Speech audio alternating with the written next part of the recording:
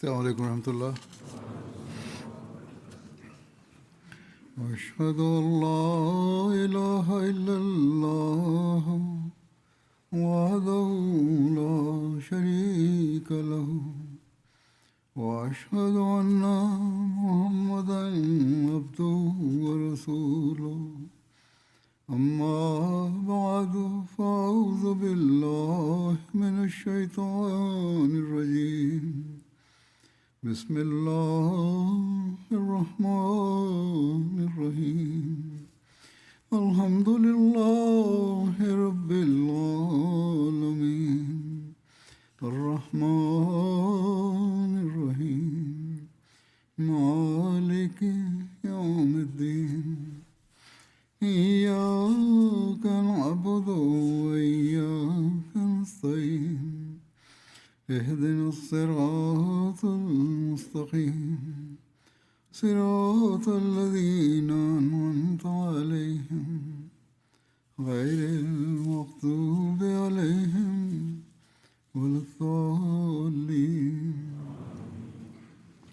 قل لو شاء الله ما تلوته عليكم ولا أدراكم به فقد لبثت فيكم أمرا من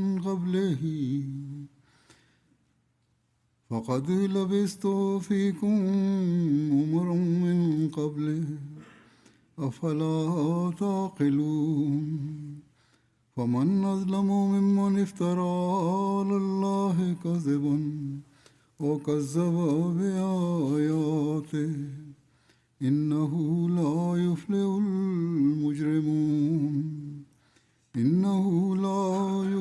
المجرمون.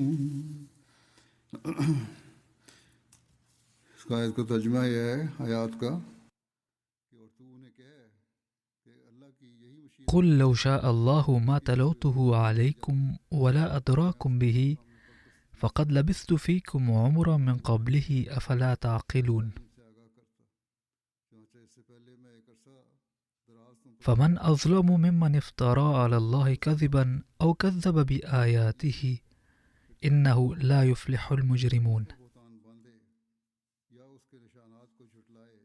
كنت أتناول جوانب متعددة من سيرة النبي صلى الله عليه وسلم، وسأتحدث اليوم عن خلق الصدق والأمانة والاستقامة للنبي الأكرم صلى الله عليه وسلم.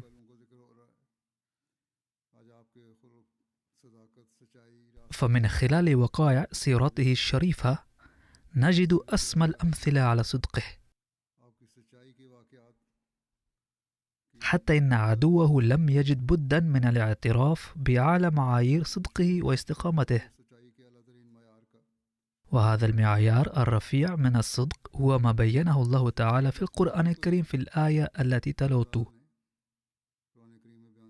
حيث أمر النبي صلى الله عليه وسلم أن يقول للناس: إنني لم أكذب قط في أي حال من الأحوال، ولم أتخلى عن الصدق قيد أنملة، وأنتم على ذلك شهود. فهل يعقل إذن أن أكذب على الله بأنني جئت بدين ليس من عنده؟ هذا مستحيل كل الاستحالة.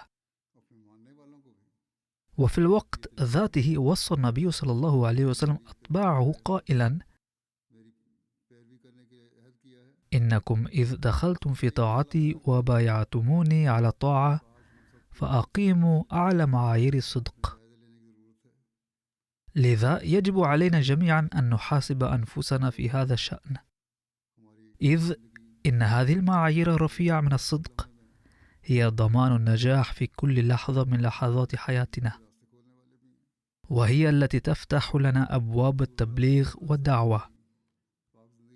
كتب حضرة المصلح الموعود رضي الله عنه في موضع ما، أو قال في إحدى خطبه متحدثا عن حياة رسول الله صلى الله عليه وسلم الطاهرة: إننا نرى أن أعداء النبي صلى الله عليه وسلم قد أقروا بأنه كان صادقا أمينا،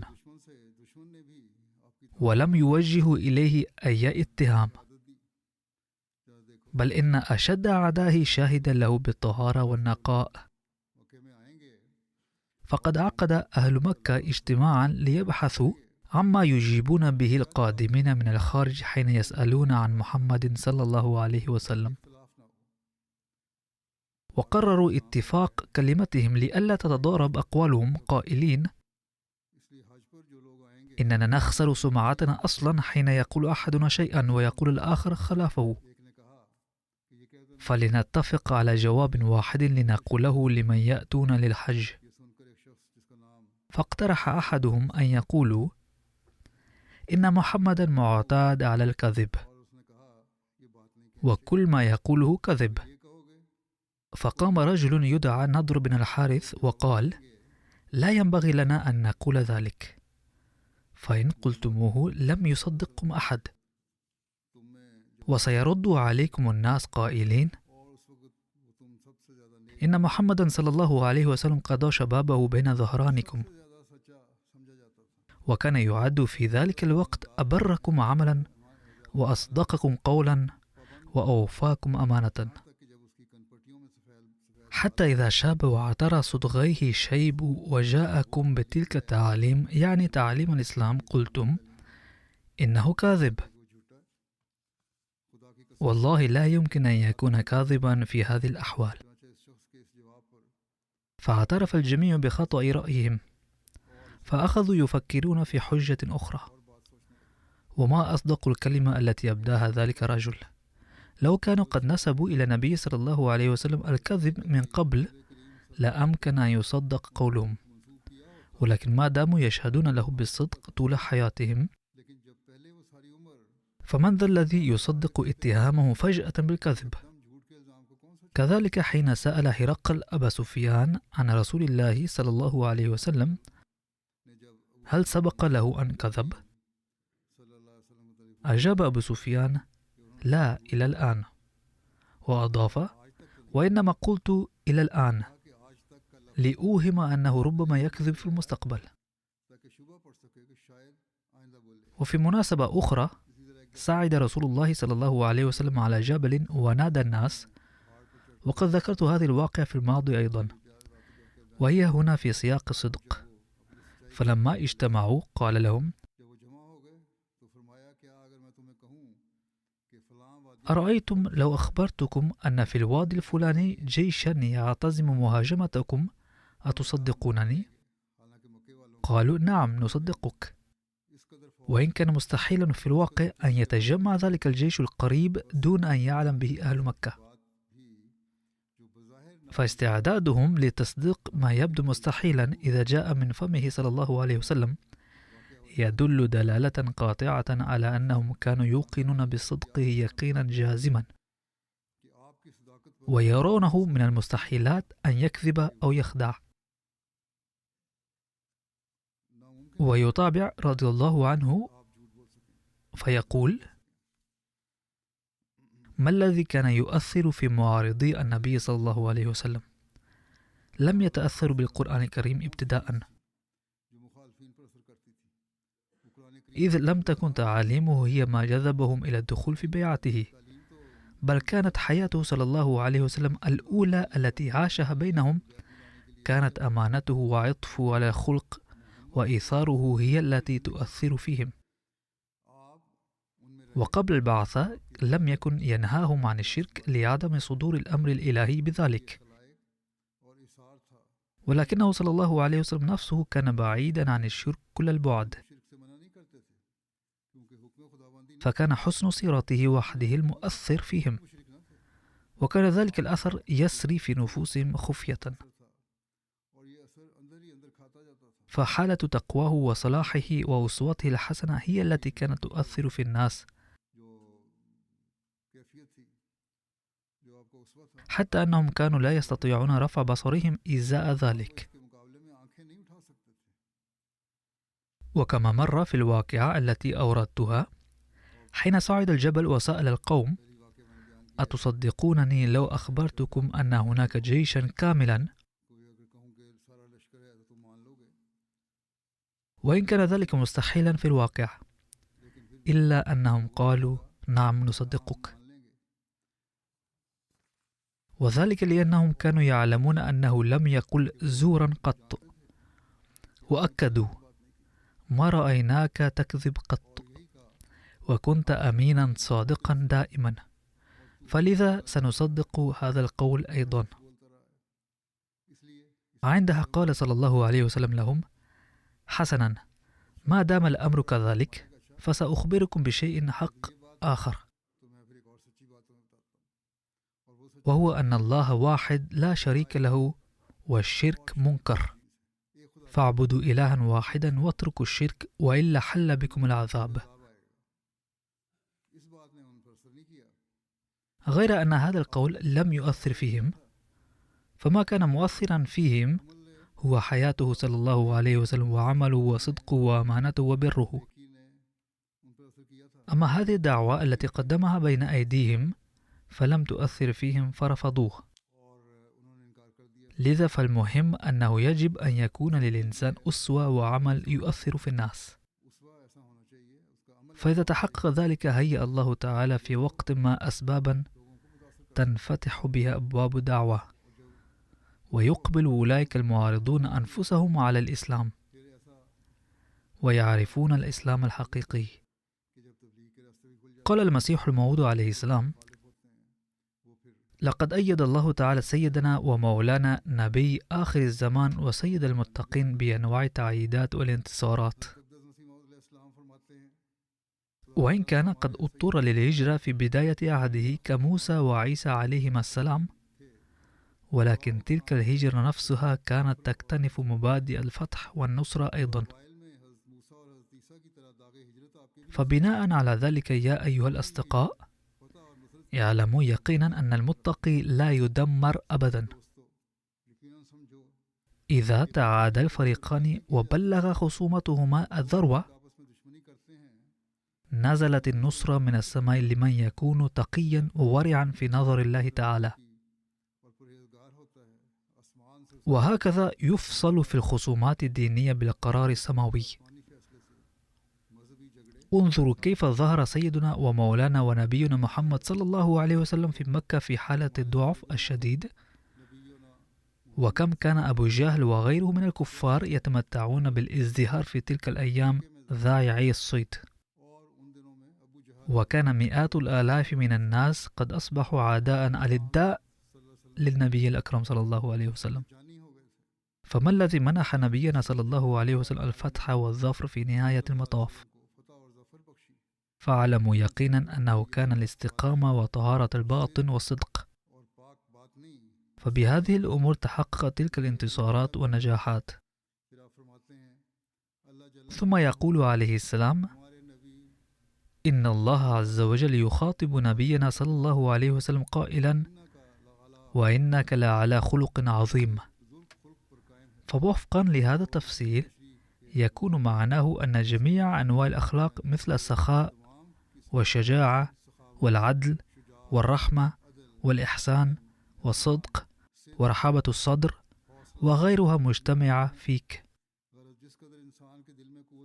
باختصار، كل القوى التي توجد في الإنسان كالأدب والحياء والأمانة والمروءة والغيرة والاستقامة والعفة والزهد والاعتدال والمواساة، وكذلك الشجاعة والسخاء والعفو والصبر والإحسان والصدق والوفاء وغيرها. فإذا أظهرت كل هذه الأمور الطبيعية في مواضعها وأوقاتها المناسبة في ضوء العقل والتدبر فستسمى أخلاقا.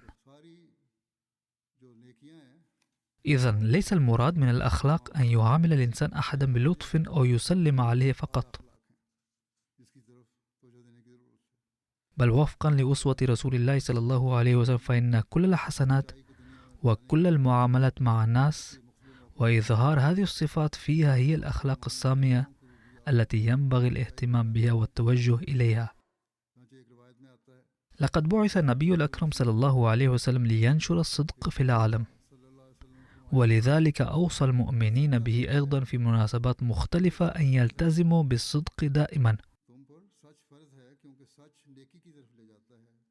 فقد جاء في رواية عن عبد الله بن مسعود قال: قال رسول الله صلى الله عليه وسلم: عليكم بالصدق فإن الصدق يهدي إلى البر، وإن البر يهدي إلى الجنة، وما يزال الرجل يصدق ويتحرى الصدق حتى يكتب عند الله صديقا، وإياكم والكذب، فإن الكذب يهدي إلى الفجور، وإن الفجور يهدي إلى النار، وما يزال العبد يكذب ويتحرى الكذب حتى يكتب عند الله كذابا.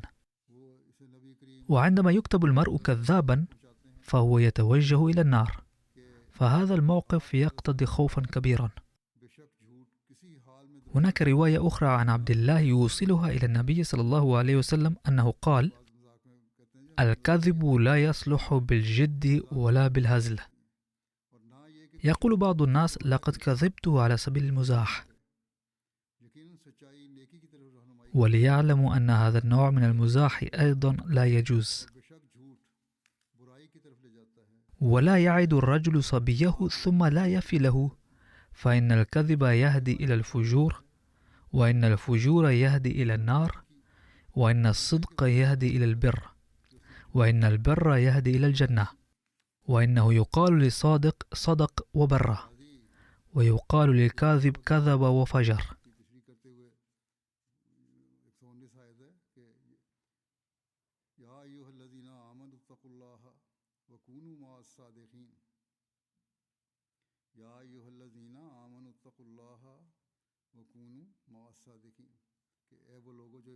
يقول العلامة الرازي في تفسير الآية: يا أيها الذين آمنوا اتقوا الله وكونوا مع الصادقين. روي أن واحدا جاء إلى النبي عليه السلام وقال: إني رجل أريد أن أؤمن بك إلا أني أحب الخمر والزنا والسرقة والكذب، والناس يقولون إنك تحرم هذه الأشياء ولا طاقة لي على تركها بأسرها، فإن قنعت مني بترك واحد منها آمنت بك. فقال عليه السلام: اترك الكذب، فقبل ذلك ثم أسلم. فلما خرج من عند النبي صلى الله عليه وسلم عرضوا عليه الخمر، فقال: إن شربت وسألني رسول عن شربها وكذبت فقد نقضت العهد، وإن صدقت أقام الحد علي فتركها. ثم عرضوا عليه الزنا فجاء ذلك الخاطر فتركه، وكذا في السرقة، فعاد إلى رسول الله صلى الله عليه وسلم وقال: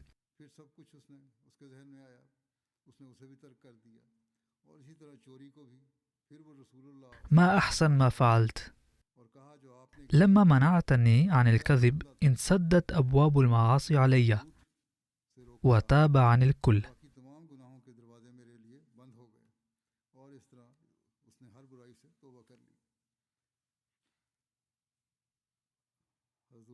لقد ورد عن إسلام أبي بكر رضي الله عنه رواية عن السيدة أم سلمة رضي الله عنها: كان أبو بكر خدنا للنبي صلى الله عليه وسلم وصافيا له، فلما بعث صلى الله عليه وسلم انطلق الرجال مع قريش على أبي بكر فقالوا: يا أبا بكر إن صاحبك هذا قد جن. قال أبو بكر: وما شأنه؟ هو ذاك يدعو في المسجد إلى توحيد إله واحد ويزعم أنه نبي. فقال أبو بكر: وقال ذاك؟ قالوا: نعم، هو ذاك في المسجد يقول. فأقبل أبو بكر إلى النبي صلى الله عليه وسلم فطرق عليه الباب فاستخرجه، فلما ظهر له قال له أبو بكر: يا أبا القاسم، ما الذي بلغني عنك؟ قال: وما بلغك عني يا أبا بكر؟ قال: بلغني أنك تدعو لتوحيد الله وزعمت أنك رسول الله. فقال النبي صلى الله عليه وسلم: نعم يا أبا بكر، إن ربي عز وجل جعلني بشيرا ونذيرا وجعلني دعوة إبراهيم وأرسلني إلى الناس جميعا. قال له أبو بكر: والله ما جربت عليك كذبا وإنك لخليق بالرسالة لعظم أمانتك وصلتك لرحمك وحسن فعالك. مد يدك فأنا أبايعك. فمد رسول الله صلى الله عليه وسلم يده فبايعه أبو بكر وصدقه وأقر أن ما جاء به الحق. فوالله ما تلعثم أبو بكر حين دعاه رسول الله صلى الله عليه وسلم إلى الإسلام. كان سيدنا أبو بكر رضي الله عنه في الشام في رحلة تجارية عند إعلان النبي صلى الله عليه وسلم النبوة، وبينما هو أعيد إلى سفرته هذه لقيه في الطريق رجل فسأله أبو بكر عن أحوال مكة قائلا: هل عندك من جديد؟ فإن من العادة أن المرء إذا كان عائدا من سفر ولقيه في الطريق بعض أهل وطنه فإنه يسأله عن أخبار الوطن. فقال الرجل: نعم، الجديد أن صاحبك محمدا قد ادعى النبوة. فلم يلبث أبو بكر رضي الله عنه أن قال: إذا كان قد ادعى فهو صادق بلا شك.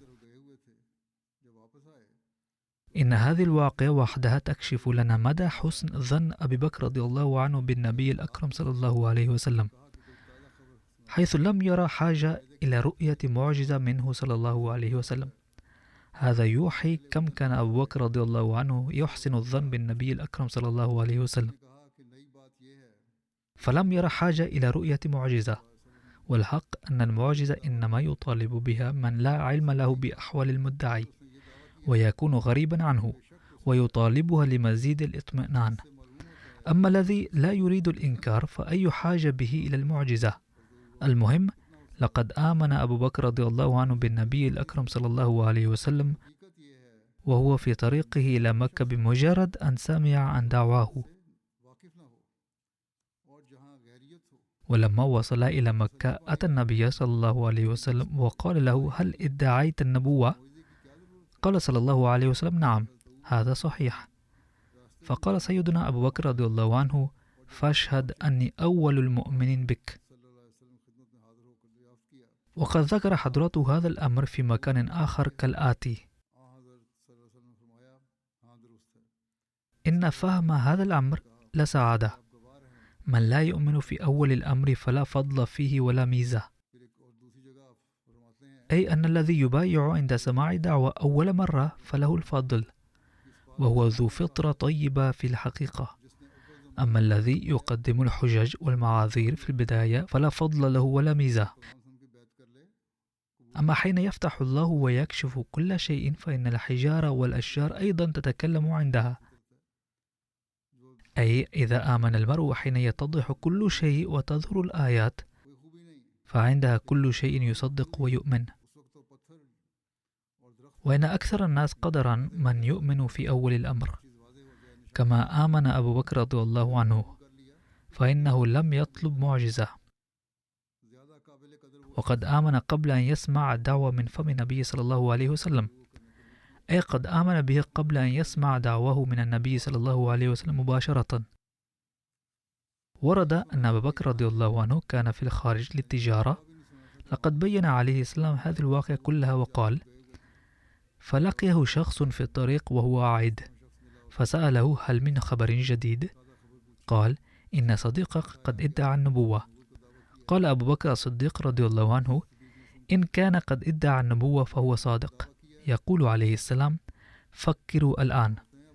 إن أبا بكر رضي الله عنه لم يطلب آية أو معجزة عندها، بل آمن فور سماعه هذا الخبر، ولم يسمع الدعوة من فم النبي صلى الله عليه وسلم مباشرة، بل سمعها من لسان شخص آخر فصدقها على الفور. فما عظم هذا الإيمان! سمع أمرا منسوبا إلى النبي صلى الله عليه وسلم فلم يظن أنه قد يكون فيه احتمال الكذب.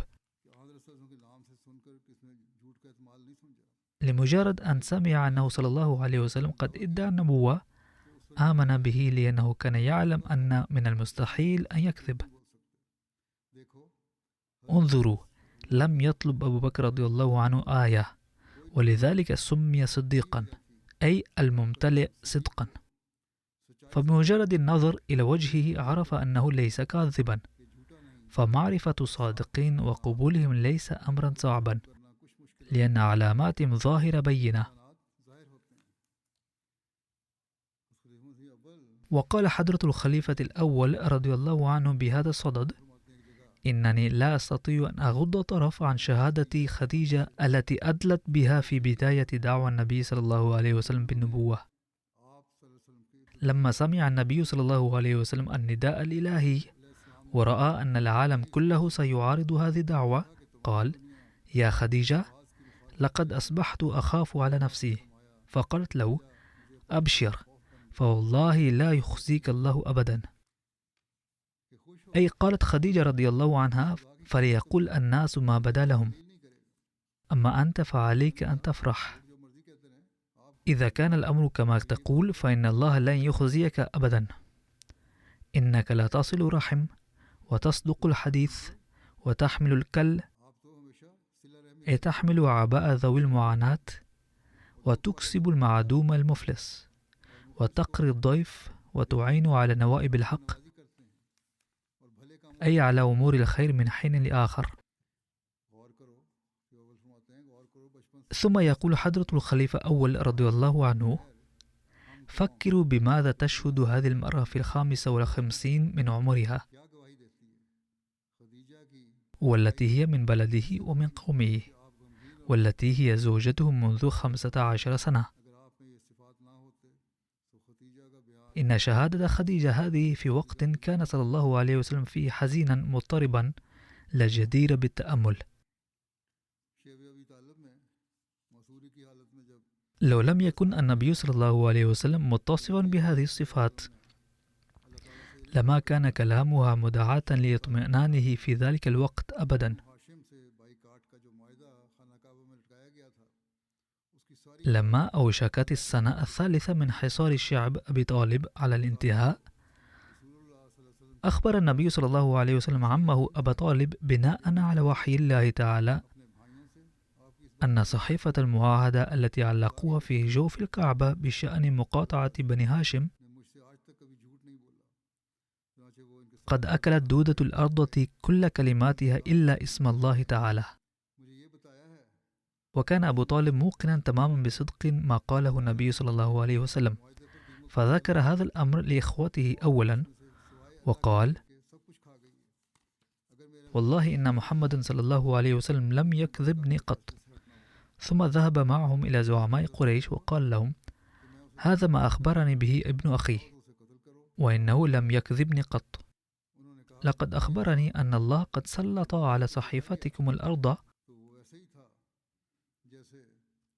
فأكلت كل ما ورد فيها إلا اسم الله تعالى. فإن كان ابن أخي صادقا فعليكم إلغاء معاهدة المقاطعة هذه، وإن كان كاذبا فأسلمه إليكم لتفعلوا به ما شئتم. اقتلوه قتلا أو اتركوه حيا. فقالوا: نعم، هذا هو العدل والإنصاف. فلما رأوا صحيفة المعاهدة وجدوها تماما كما أخبر رسول الله صلى الله عليه وسلم، فندمت قريش أمام قومهم. وذات مرة أرسلت قريش زعيمها عتبة ممثلا لها إلى رسول الله صلى الله عليه وسلم، فقال: يا محمد، لماذا تسيء إلى آلهتنا وتصفه أباءنا؟ أخبرنا بما تريد نعطيك إياه، وامتنع من هذه الأمور. فظل النبي صلى الله عليه وسلم يسمع كلامه بهدوء وصمت، فما انتهى من كلامه قرأ النبي صلى الله عليه وسلم آيات من سورة حاميم فصلت، حتى بلغ قوله تعالى: فإن عرضوا فقل أنذرتكم صاعقة مثل صاعقة عاد وثمود. فقال له عتبة: حسبك حسبك. ثم رجع إلى أصحابه وقال لقريش: إني أعلم أن محمدا صلى الله عليه وسلم إذا قال قولا فلا يكذب فيه أبدا، وإني أخاف أن يحل عليكم ذلك العذاب. ونجد شهادة من أبي جهل أيضا. فعن علي أن أبا جهل قال للنبي صلى الله عليه وسلم: إنا لا نكذبك ولكن نكذب بما جئت به، أي نكذب بدينك.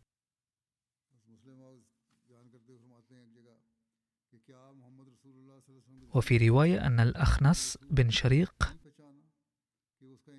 خلا بأبي جهل يوم بدر، فقال له: يا أبا الحكم، ليس هنا أحد غيري وغيرك يسمعنا، فأخبرني بصدق، أترى أن محمدا يكذب أم يصدق؟ فقال أبو جهل: والله إن محمدا صلى الله عليه وسلم لصادق، وإنه ما كذب قط. ويقول حضرة المصلح الموعود رضي الله عنه: ألم يعرف أعداء محمد صلى الله عليه وسلم رسولهم حتى رفضوه؟ بمعنى أنه لمن الغريب جدا أنهم عاشروا محمد صلى الله عليه وسلم 40 سنة وشاهدوا أخلاقه وسيرته، واعترفوا اعتراف شاهد عيان أنه إنسان صادق للغاية. ولكن هذا الإنسان الصادق عندما أخبرهم أنه مبعوث من عند الله تعالى لهدايتهم انبروا لمعارضته. لو أن شخصا أجنبيا قال ذلك لعد من المعذورين، إذ يقال إنه لم يرى محمد صلى الله عليه وسلم، ولذلك ينسب إليه هذا الأمر، أي الافتراء على الله تعالى.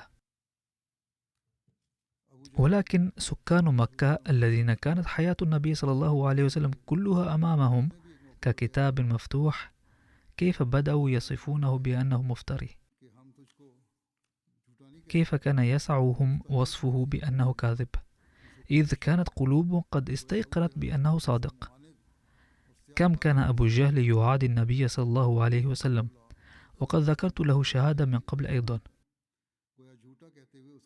ولكنه هو الآخر قال له صلى الله عليه وسلم في إحدى المرات: إنا لا نكذبك ولكن نكذب ما جئت به من التعليم. وهذا يعني أن قلب هذا العدو اللدود السيء الباطن أيضا لم يجرؤ على أن يسمي النبي صلى الله عليه وسلم كاذبا، فكأنه عندما نسب الكذب إلى النبي صلى الله عليه وسلم أنبه ضميره وارتعد قلبه لائما إياه: ما هذه الفعلة الشنيعة التي ترتكبها؟ ولكنه احتج وقال: إني لا أكذب محمدا، وإنما أكذب ما جاء به. والحق أن عذره هذا مصداق لقولهم: العذر أقبح من الذنب. على أي حال، إن هذا يكشف لنا مدى الأثر الكبير الذي تركه صدق النبي صلى الله عليه وسلم وسداده على قلوب ألد أعدائه. وكان أمية بن خلف من أشد خصومه صلى الله عليه وسلم، ولكنه لم يملك نفسه ذات مرة فقال: والله ما يكذب محمد إذا حدث. يقال إن السحر ما ينطق بنفسه، فترى كم كان سحر الأخلاق النبوية قويا، حيث جعل أعداؤه أيضا يقرون بصدقه وورعه. عن سيدنا عبد الله بن سلام قال: لما قدم النبي صلى الله عليه وسلم المدينة انجفل الناس قبله، وقيل: قد قدم رسول الله صلى الله عليه وسلم، قد قدم رسول الله، قد قدم رسول الله، ثلاثا. فجئت في الناس لأنظر، فلما تبينت وجهه عرفت أن وجهه ليس بوجه كذاب. فكان أول شيء سمعته تكلم به أن قال: يا أيها الناس، أفشوا السلام وأطعموا الطعام وصلوا الأرحام وصلوا بالليل والناس نيام، تدخلوا الجنة بسلام. نجد شهادة يهود المدينة أيضا، فقد كان هناك ميثاق بين المسلمين وبين قبيلة بني قريظة اليهودية على التعاون المتبادل. وحين جاء حيي بن أخطب سيد بني النضير إلى كعب بن أسد القرظي زعيم بني قريظة خلال معركة الأحزاب، وحاول أن يقنعه بأن ينقض العقد مع المسلمين ويساعد قريش ضدهم، لكي يصاب المسلمون بهزيمة. قال كعب بن أسد زعيم بني قريظة وكان عدو المسلمين: لقد عقدت ميثاقا مع محمد صلى الله عليه وسلم ولن أنقضه، إذ لم أرى منه إلا الوفاء والصدق. وكذلك قد ورد في رواية عن عبيد بن عمير قال: إنه سمع رجلا يقول لابن عمر: ألم تسمع رسول الله صلى الله عليه وسلم يقول: لا شك أنني أمزح وأتمسك فيه أيضا بالصدق؟ فقال: بلى. وعن بهز بن حكيم عن أبيه عن جده قال: سمعت رسول الله صلى الله عليه وسلم يقول: ويل للذي يحدث القوم ثم يكذب ليضحكهم، ويل له وويل له. فقد نهى صلى الله عليه وسلم بالشدة حتى عن أصغر كذب وحذر منه. عن عبد الله بن عمرو قال: كنت أكتب كل شيء أسمعه من رسول الله صلى الله عليه وسلم أريد حفظه، فنهتني قريش وقالوا: أتكتب كل شيء تسمعه ورسول الله صلى الله عليه وسلم بشر يتكلم في الغضب ورضا؟ فأمسكت عن الكتاب، فذكرت ذلك لرسول الله صلى الله عليه وسلم، فأومأ بإصبعه إلى فيه فقال: اكتب، فوالذي نفسي بيده ما يخرج منه إلا حق. فكان صلى الله عليه وسلم ينصح بالدقة ضد الكذب، وقد مر ذكر ذلك. وهناك رواية عن عبد الله بن عامر أنه قال: دعتني أمي يوما ورسول الله صلى الله عليه وسلم قاعد في بيتنا، فقالت: ها تعال أعطيك. فقال لها رسول الله صلى الله عليه وسلم: وما أردت أن تعطيه؟ قالت: أعطيه تمرا. فقال لها رسول الله صلى الله عليه وسلم: أما إنك لو لم تعطيه شيئا كتبت عليك كذبة. يقول سيدنا المصلح الموعود رضي الله عنه: كان معيار صدق رسول الله صلى الله عليه وسلم شخصيا رفيعا جدا لدرجة قد سمته قومه بالصدق. وكان ينصح جماعته أيضا دوما بالتمسك بالصدق، أي لم يكن يتمسك بالصدق شخصيا فحسب، بل كان ينصح بذلك أمته أيضا، وكان يسعى ليقيمها على أرفع معايير الصدق المنزه عن كل شوائب الكذب. فكان يقول: إن الصدق يهدي إلى البر، وإن البر يهدي إلى الجنة، وما يزال الرجل يصدق ويتحرى الصدق حتى يكتب عند الله صديقا. مرة جاءه صلى الله عليه وسلم أسير كان قد تسبب في قتل الكثير من المسلمين، وكان سيدنا عمر رضي الله عنه يرى أنه يجب قتله، وكان ينظر إلى وجهه صلى الله عليه وسلم ليشير له فيقتله. فلما انصرف ذلك الرجل قال عمر رضي الله عنه: يا رسول الله، هذا الرجل كان يجب قتله. فقال صلى الله عليه وسلم له: إذا كان قد وجب قتله فلما لم تقتله؟ فقال رسول الله: لو أشرت بعينك لفعلت ذلك. فقال: النبي لا يخدع، إذ كيف كان يمكن لي أن أتكلم معه بلسان بلطف وأشير بعيني لقتله؟ فهذا خداع، وهو لا يتأتى مني أبدا. فإذا كان صلى الله عليه وسلم قد سجل أروع نماذج الصدق والسداد شخصيا حتى أقر بذلك الأعداء أيضا، ففي الوقت نفسه قد نصح أتباعه أيضا بالارتقاء إلى أرفع معايير الصدق.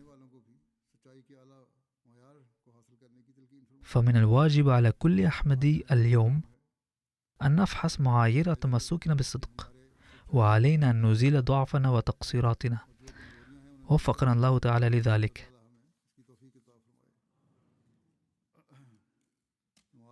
بعد الصلاة سأصلي صلاة الغائب على المرحومة شاهدة أحمد، كانت زوجة السيد ميرزا نسيم أحمد، وتوفيت مؤخرا عن عمر يناهز 91 سنة.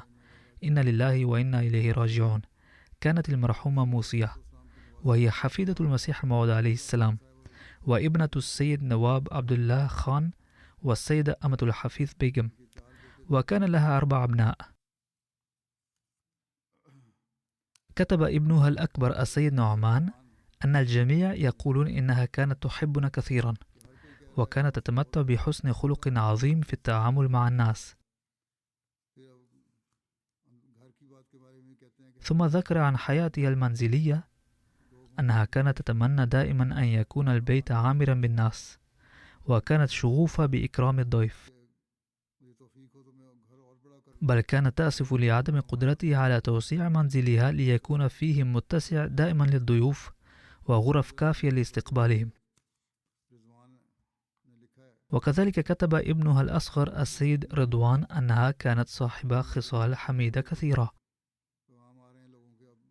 فقد وردت رسائل من الناس، من الغني والفقير ومن الصغير والكبير بعد وفاتها، يذكرون فيها كيف كانت توزع محبتها على الجميع وتقيم علاقات شخصية معهم، وكانت عفوية بطبعها محبة للناس، فكانت تستقر في قلوبهم بسهولة، وكانت تهتم بشكل خاص بمن يمرون بظروف صعبة أو مصائب، وتقف دائما إلى جانب الضعفاء، وكانت توصي أبنائها أيضا بأن يقفوا مع الضعفاء دائما، وكانت تتمتع بإرادة قوية وعزيمة كبيرة، وقد شهدت ذلك بنفسي ما شاء الله. وشقيقتها السيدة فوزية الشميم التي كانت رئيسة لجنة إماء الله في لاهور ولا تزال كذلك ربما،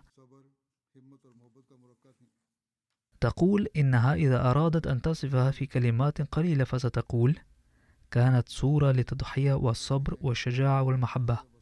وتقول كنتها السيدة أمة الوكيل إن صفة الضيافة كانت بارزة جدا فيها، وقد كتب بذلك أبناؤها جميعا، وذكره أيضا كثير من الناس في رسائلهم إلي، وكانت تستقبل الضيوف دون تكلف.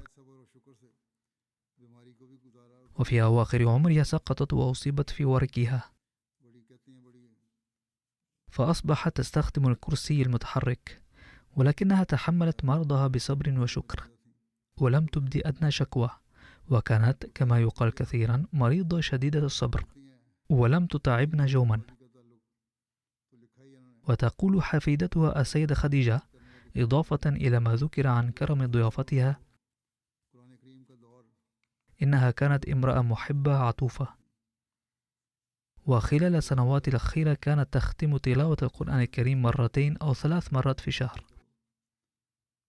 وكانت شديدة التعاطف مع الفقراء، وكانت تنصحنا دائما بالدعاء لهم.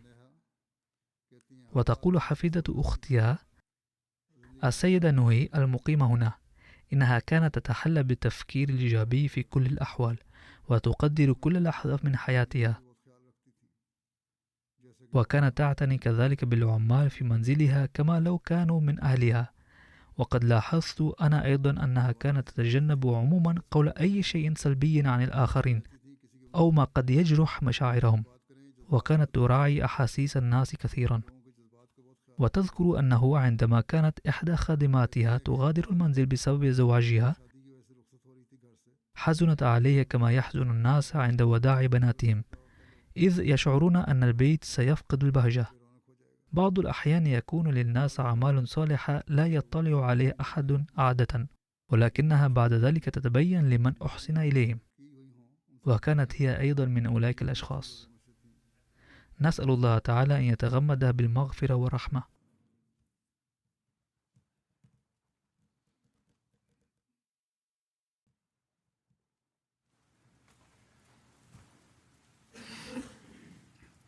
الحمد لله الحمد لله نحمده ونستعينه ونستغفره ونؤمن به ونتوكل عليه ونعوذ بالله من شرور أنفسنا ومن سيئات أعمالنا من يهده الله فلا مضل له ومن يضلل فلا هادي له ونشهد أن لا إله إلا الله ونشهد أن محمدا عبده ورسوله عباد الله رحمكم